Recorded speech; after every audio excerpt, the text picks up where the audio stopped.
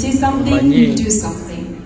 So I would try to do something advocate for it and have a voice. It doesn't Inabana.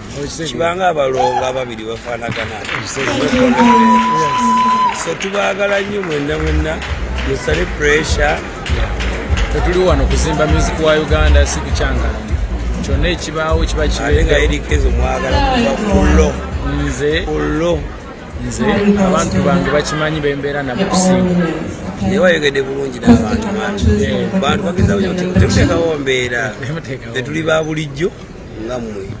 Understand? So Harmonize walina problem ye nanyini luyimba alutwala wa Justin Bieber ne Justin Bieber alulinze ko lwanyumye ne yanga muluba muweemu naye nga ffe n'abantu man.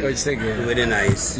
Very nice. Respect Eddie Kenzo, respect Harmonize, respect Chameleon, bantu tukigezako kugattako, right?